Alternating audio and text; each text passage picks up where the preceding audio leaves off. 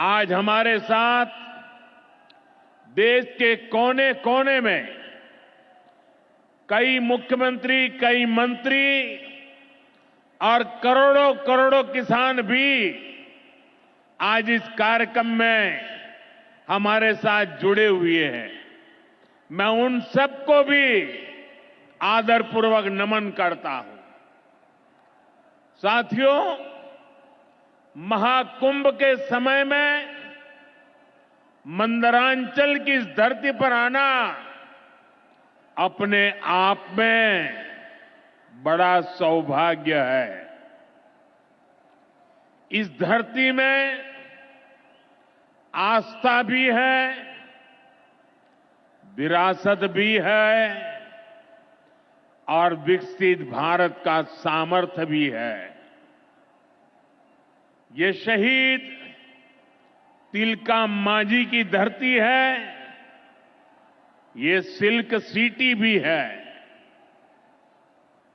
बाबा अजगैबीनाथ की इस पावन धरा में इस समय महाशिवरात्रि की भी खूब तैयारियां चल रही हैं। ऐसे पवित्र समय में मुझे पीएम किसान निधि की एक और किस्त देश के करोड़ों किसानों को भेजने का सौभाग्य मिला है।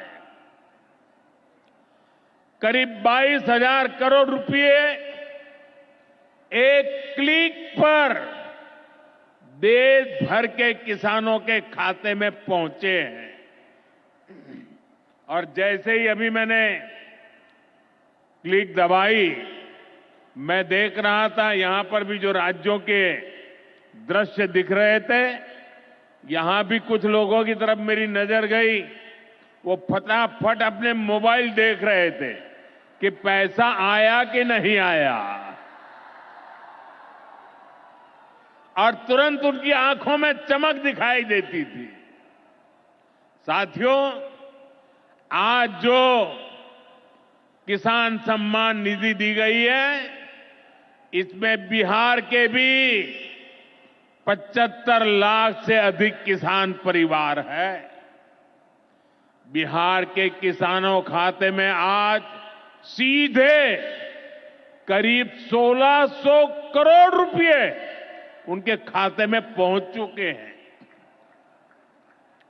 मैं बिहार और देश के सभी किसान परिवारों को बहुत बहुत शुभकामनाएं देता हूं, बधाई देता हूं। देश के यशस्वी प्रधानमंत्री नरेंद्र मोदी जी ने प्रधानमंत्री किसान सम्मान निधि की 19वीं किस्त बिहार भागलपुर से आज जारी की है।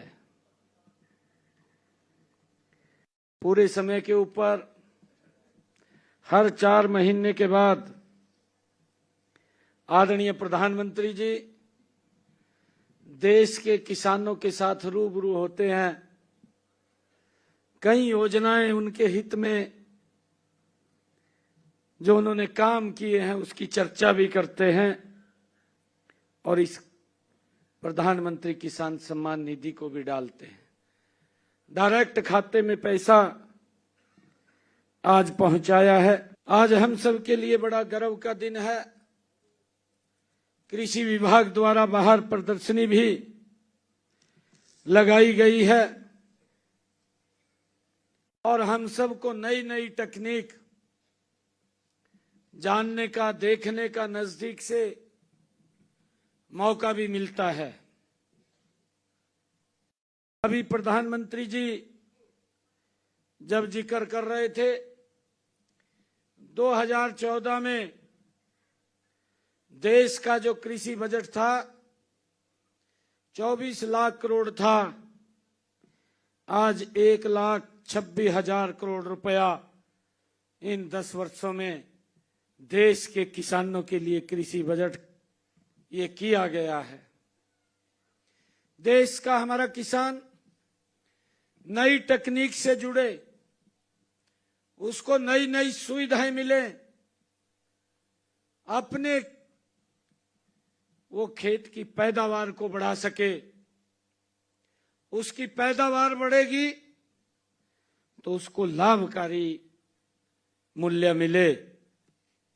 उसको लेकर के लगातार आदरणीय प्रधानमंत्री जी किसानों को नई नई तकनीक से जोड़ने के लिए, चाहे प्राकृतिक खेती हो, चाहे ऑर्गेनिक खेती हो, हम पेस्टिसाइड्स और यूरिया का कम इस्तेमाल करते हुए, हम स्वास्थ्य को ध्यान में रखते हुए हम इस तकनीक का उपयोग कर सकते हैं।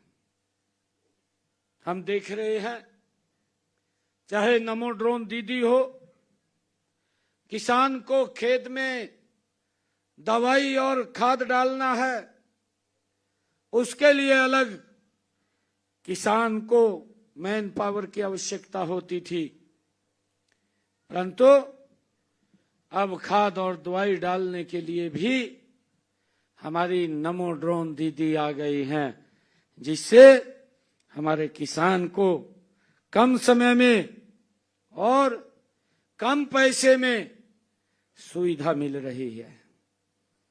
मुझे आज बताते हुए कि आज ये 19वीं किस्त आदरणीय प्रधानमंत्री जी ने जारी की है। मैं हरियाणा की ओर से तथा प्रदेश के किसानों की ओर से मैं देश के यशस्वी प्रधानमंत्री आदरणीय नरेंद्र मोदी जी का आभार व्यक्त करता हूं। मुझे बताते हुए बड़ी खुशी हो रही है कि आज जो राशि जारी की गई है, हरियाणा के 16,38,000 किसानों के खाते में आज 360 करोड़ रुपया आदरणीय प्रधानमंत्री जी ने डाला है। मुझे ये भी खुशी है कि इसमें झज्जर जिले के 77,000 किसानों के खाते में 17 करोड़ 41 लाख रुपए की राशि आज डाली गई है। इससे पहले 18 किस्तों में देश के यशस्वी प्रधानमंत्री नरेंद्र मोदी जी ने हरियाणा के लगभग 20 लाख किसानों के खाते में 6,203 करोड़ रुपए हरियाणा के किसान के खाते में डालने का ये काम आदरणीय नरेंद्र मोदी जी ने किया है। मुझे ये भी खुशी है, हमारी सरकार देश में लघु सीमांत किसानों को खाद, बीज और कृषि इनपुट खरीदने व छोटे मोटे खर्चे पूरे करने के लिए अब मेरे किसान को किसी के दर पे जाने की आवश्यकता नहीं है, किसी की दहलीज पर जाना नहीं पड़ता है। मुझे बड़े दुख की साथ ये बात कहनी पड़ रही है कि आदरणीय प्रधानमंत्री जी ने, भारत के किसी भी प्रधानमंत्री ने इन छोटे किसानों की आज तक किसी ने सुध नहीं ली। हमारे देश के यशस्वी प्रधानमंत्री नरेंद्र मोदी जी ने किसानों की आर्थिक स्थिति को समझते हुए 24 फरवरी 2019 को प्रधानमंत्री किसान सम्मान निधि ये लागू की, इसका शुभारंभ किया। इसके तहत हमारे लघु और सीमांत किसानों को हर वर्ष 6,000 रुपए की आर्थिक सहायता प्रधानमंत्री किसान सम्मान निधि के माध्यम से डायरेक्ट उसके खाते में दी जाती है। देश के प्रधानमंत्री नरेंद्र मोदी जी ने 14 फरवरी 2019 को पूरे देश में किसानों की सम्मान निधि स्कीम लागू की थी, जो पूरे देश में 6,000 रुपये प्रति वर्ष किसानों के खेतों में किसान के लिए उनके खाते में भेजा जाता है।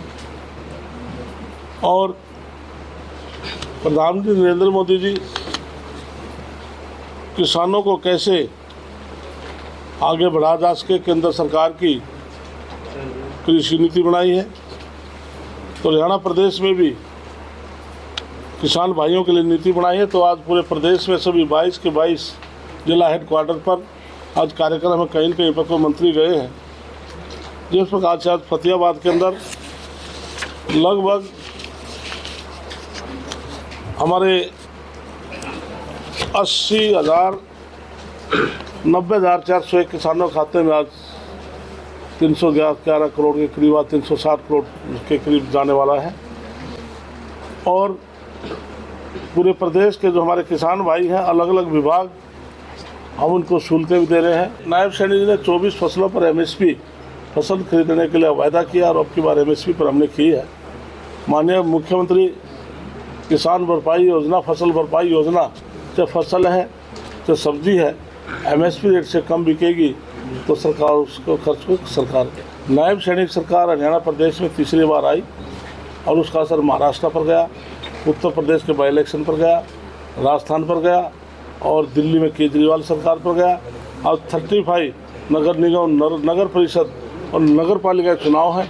मैं 100% ये बात कह सकता हूँ, 100% सभी हमारे चेयरपर्सन भारतीय जनता पार्टी के आएंगे।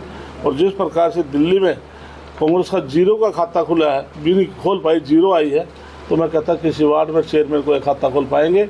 बहुत से डिस्ट्रिक्ट में तो कोई कैंडिडेट भी चुनाव लड़ने को तैयार नहीं। मैं कल परसों फरीदाबाद गया था, 46वां सीट है और मेयर वहाँ प्रवीण बत्रा जोशी, जो लगभग कम से कम मैं 5 लाख वोटों से कह सकता हूँ जीत रही है।